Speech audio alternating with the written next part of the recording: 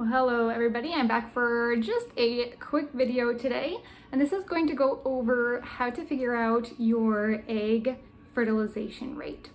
So if you're interested in hatching eggs, whether they're chicken eggs, quail eggs, or any other type of poultry or game bird, this is going to be important before you just start throwing eggs into your incubator. So what you're going to want to do is collect all of your eggs for one day. And then at the end of the day, we're going to crack those eggs open, and you're going to look on each of the egg yolks to see if there's a mark of fertilization, which will look like a little white bullseye.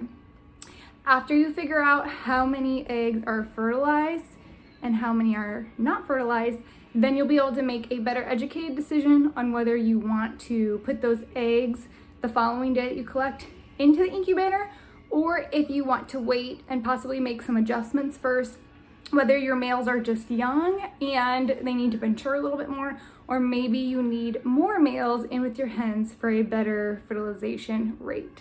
So I'll leave that up to you to decide, but we're gonna take a look now at some eggs and see what is fertilized and what is not. I'm gonna go ahead and open up some of these quail eggs now so we can check for fertility, and I'll show you what we're going to be looking for. So when you open it up, you'll see the yolk there. If the egg is fertilized, you're going to see, when I dump it in this bowl, a little white dot with a ring around it that will look like the bullseye mark.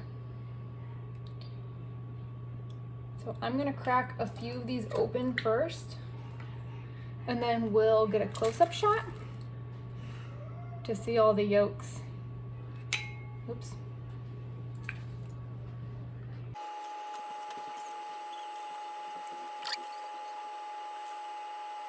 All right, I did put a couple more in the bowl just to have a better example so that you can really see which ones are fertilized and which ones are not. So we're looking for a white bullseye mark. So when I look at this bowl, if you see any little specks, that's just because I cracked the shells over the bowl. So it's a little bit of eggshell, no big deal. But if I look at these first three yolks here, 1, 2, 3, I don't see any sort of white bullseye mark. And check all the angles here.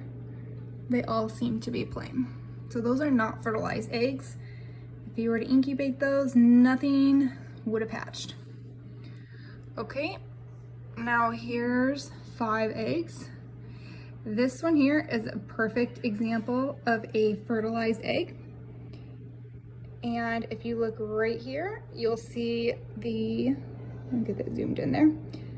You'll see the white bullseye mark, the white dot with the white ring around it.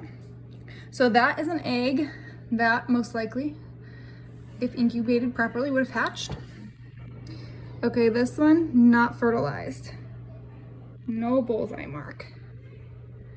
Okay, the next one, this one is fertilized. I'm pointing to the bullseye mark right there.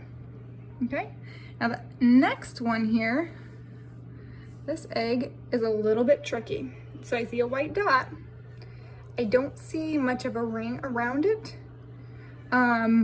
I'm 50-50 on those. Sometimes they do end up being fertilized, other times not.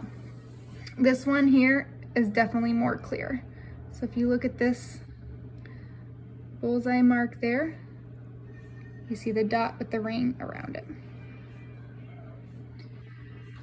So there's your example. So how this helps you when you're going to incubate eggs, especially if you have new breeders, is that if you crack open a test sample, like I did of eggs, and put them into your bowl, you can kind of see. So like for me, out of 1, 2, 3, 4, 5, 6, 7, 8, so out of 8 eggs, only 4 would be fertilized.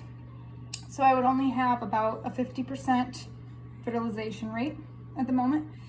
But that gives me an idea that if I were to incubate more eggs at the moment, that I could expect about half of the eggs to actually hatch chicks. So there you have it. That's how you can check ahead of time to see if it's worth incubating your eggs.